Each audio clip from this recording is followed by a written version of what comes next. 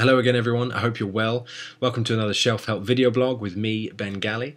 Now we have a very special treat for you today indeed. We are kicking off our first author interview, and who better to kick it off with than the creative pen herself, self-publishing guru Joanna Penn. So without any further ado, let's say hello to Joanna.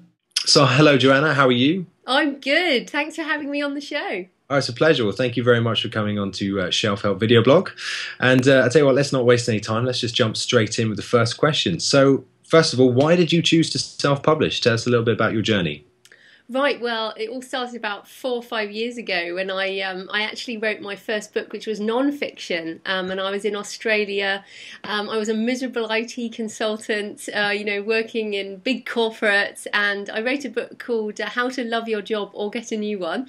And surprisingly, that didn't it wasn't something that was going to go very far with traditional publishers.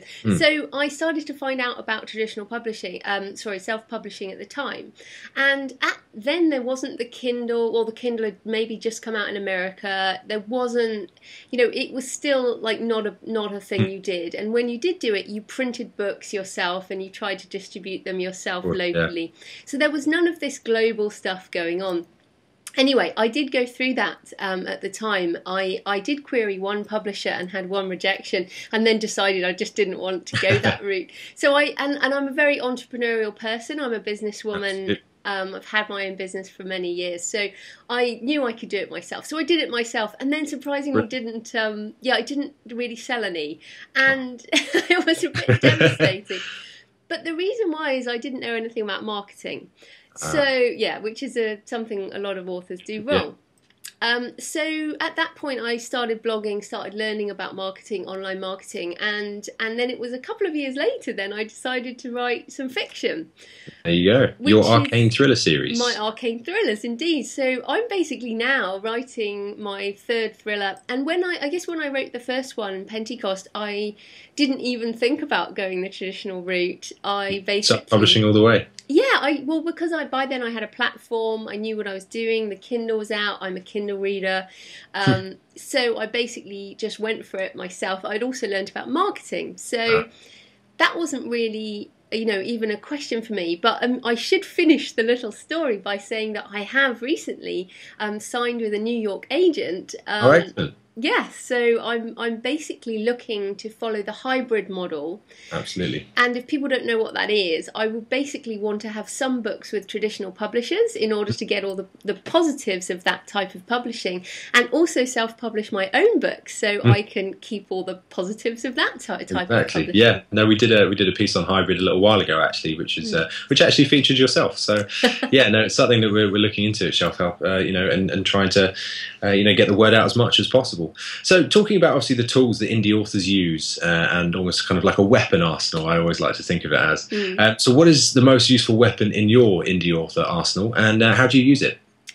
I actually think the most important thing is a mindset, because this is not like a get-rich-quick scheme. It would be better off for everyone to keep their jobs and just work and save money. I mean, if that's your aim. So first of all, you need a mindset which is we're in this for the long term. And if you have a long-term mindset, you can actually think about things in a better way. So instead of going, okay, well, I must just chuck something up on Amazon tomorrow, you have to think about getting a professional cover design, for example. Absolutely, yes. And instead of just going, oh, I just have to go on Twitter and go, buy my book, you think about developing relationships, and you know that it takes time. So I think, and also, again, a mindset is having that business mindset, which is, I have to invest some money in order to make some money. So again, pay a professional editor, for example. So I actually think that if you don't have that mindset, you're going to struggle to succeed at being an indie, and in fact maybe even being an author full stop nowadays, because it's a tough world out there, and we all get, you might get bad reviews. Well, we all get bad reviews. That's the fact of life. And as you become more popular, you will also get more attacked, as we've been talking about. So yeah, absolutely. I think if you have the right mindset, that's probably the #1 tool. You can conquer all, almost. So, I mean, there are a lot of self-published authors out there at the moment. It's a booming industry. but there are a lot of authors who don't know what they're doing, or perhaps make common mistakes. So what would you say is the most common mistake made by today's author, and just so they can perhaps avoid it? Well, I guess following on from what I said about professionals, I think it's realizing, and people email me all the time about this stuff, and I say, well, the word self-publishing I think is wrong, which is why I like independent authors or independent publishing, because we don't do it by ourselves. And if you do it by yourself, I think there will be some problems, because basically we can't be jack of all trades.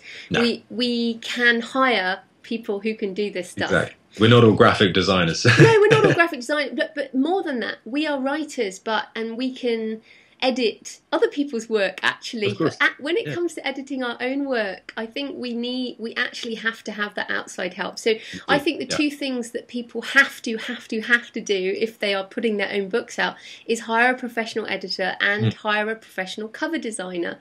Those two things, I think, way above like joining Twitter or any of those things. If you do those two things, you're going to, get your book in a much better place than if you don't do those things. Because if you have the best marketing campaign in the world and people click on your Amazon page and there's a really bad amateur book cover, it's going to fall down at the first hurdle. It is. And I always point to your book covers as being thank you very much. Gorgeous. I love them. And I think that, I haven't, fantasy's not my genre, but your book covers are just so gorgeous, Thank you. Yeah. So I think that is really important, and a big mistake I see all the time is people just, we just don't know about fonts, basically. No. Yeah, I think fonts are a big love of mine. For some reason, I got very obsessed with them in my college years, and I can look at a font and go, I know exactly what that is. Fonts, yeah. Then I mean, and there is, but I'm the exception. I mean, I'm the weird. So. But I've personally had a go at the old book cover. I've done it. I did it myself originally, which again is why I say don't do it. And I think we've all tried. Yeah, absolutely. Yeah, I did try, and you have to learn so much, and you have to learn all about layering and blah blah blah.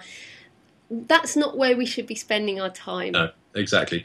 And I do encourage people to try and obviously save money, because we don't want people piling thousands into this, but they don't have to. Again, designers, like you said, can cost hundreds, at very most. So, but also going back to what you said, if we were to try and do it ourselves, straight down the line, to buy the software, to learn how the software works, and then to practice at it, like you said, takes months and months and months, where we could be spending months on writing and editing. Yeah, exactly. So moving on to the industry itself then, I mean, why do you think self-publishing has become so popular in the last 5 years, I'd say? What are your kind of thoughts on that? I think it has to be technology, and there's a lot of Amazon bashing around, but to be honest, Amazon pays my bills every month. Yeah. And for many authors, Amazon and now Kobo are paying some bills now. And for other people, it's, Nook and it's iBookstore, or people are selling direct. I know people who are selling direct to customers. So if this technology wasn't there, well, I go back to me 4 years ago when the Kindle wasn't open to non-US authors. Basically, all you could do is print books, because print was really the only option. Ebooks even though they existed, they weren't mainstream. Mainstream, yeah, exactly. Yeah. So you had to print books, which was very expensive, and then print on demand was just coming into fashion. Still kind of on the transition from vanity publishing. Yeah, as well, it was. Isn't it? It was still vanity publishing, really, and then of course you had to distribute it. So it was very expensive, time consuming, and there weren't all the internet tools. Plus, as I said, that it hadn't opened up globally. So you and I are in the UK, and now we can sell to Americans. Massive book market, 280 million or something. Exactly, yeah. Now it's opened up to India. I'm very much looking forward to Indians. I'm very excited to see what happens there, especially with such a large population. Yeah, and an English-speaking population. So just like Asia as well. China's a big English-speaking market as well. Exactly. So I'm looking forward to that opening up. So, and I look at Africa. I mean, I'm very excited about Africa. My almost to be sister-in-law is from Nigeria, and Nigeria is a massively growing economy. And Africans have smartphones. They have their whole thing is run on smartphones. People don't have laptops or computers at home. They have phones. Yeah. And to think that ebooks are going to take off in Africa on phones and literacy will spread in that way is a brilliant way for indies to think about it, because our pricing allows for countries that have different, lower developing currencies. kind of currencies. Developing currencies, let's call it that. So they can afford to buy our cheaper books, whereas they might not be able to afford to buy the expensive books. So anyway, I think technology is probably what's changed. I read on the iPhone, on the Kindle app, and just on the go all the time. Like, I read a lot on the iPhone, which is waving your iPhone around there. Yeah, just waving. But that's I think really amazing for me, because I can do that, and then I have my Kindle itself, and then I have the Kindle app, which I use for a lot of stuff, and I even edit on my Kindle now. I make notes and stuff. You mentioned that, yes. You mentioned that the other day on Facebook. My own books. It's awesome.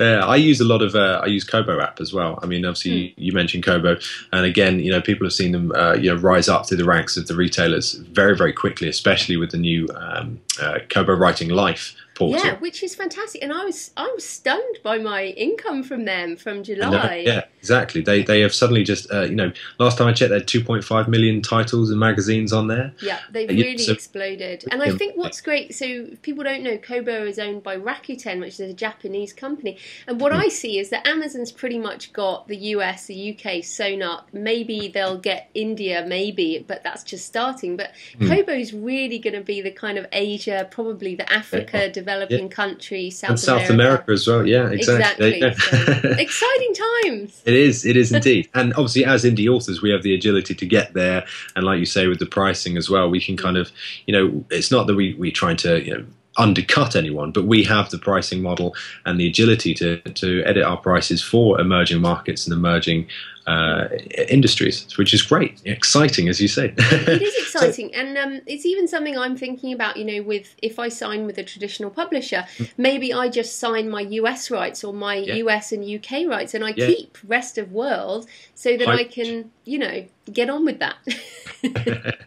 Just to talk again about the future and stay on that kind of vein, what else can we expect over the next few years? I mean, we talk about hybrid publishing and the publisher contracts changing to be more of a partnership with indies.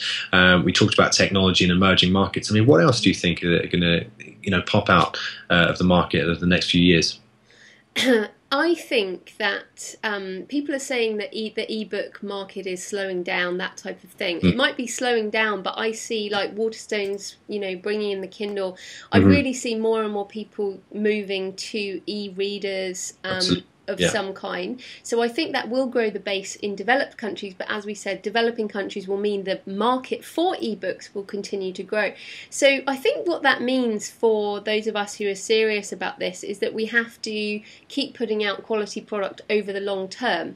And I really think, there is this boom at the moment and lots of people are jumping in, and there's a lot of companies jumping online who are a bit scammy, and people saying, write Kindle books that are just crap, basically. And I actually think that stuff's going to fall away. I think we're going to see people realising that this isn't a get-rich-quick scheme. And the initial surge will die away. I think it will die away, and also I think as publishers become a little bit more savvy about it, picking up, authors, and I actually think that people think that there's just this that indies are going to take over or whatever. I don't think that's true. I think publishing is going to react. I agree. Yeah. Or new publishers are going to come in, and we're going to see, much more of this hybrid model stuff coming along. I also think we're going to see more authors who take this seriously, making a full-time living. As you know, of Shelf Help, we focus on the three areas of being an indie author. We focus on the writing, then the publishing, and of course the marketing. The holy trinity, so to speak, of being an indie author. So if you could give a quick tip for each one, what would they be? Well, I think my quick tip is the same for all of them, which is you have to do it. Because it's a brilliant one. Well, because so many, you know, you get a lot of emails, people saying blah blah blah. You know, I'm thinking about writing, and it's like, well, write, and then you know, blah blah blah, thinking about publishing, well, publish, and then get on with your marketing. I think people are scared of making a mistake, and the truth is, we all have to make our mistakes. You know, that I mean, I can talk about how to use Twitter, or you can talk about how to publish on Kobo, whatever. But until you actually sit down and do it yourself at the computer, you're not going to learn. So you have to play, like almost play a bit and have a go. Like with writing, if you're not playing with it, you're not really getting very far. Jump in, so to speak. Yeah, so jump in. I think that's the message. Excellent. Well, thank you very much for your time, Joanna. And to all our viewers, you can find Jo and all her books and all her advice as a self-publishing guru at thecreativepen.com. Thanks for having me, Ben. All right, it's a pleasure. See you soon.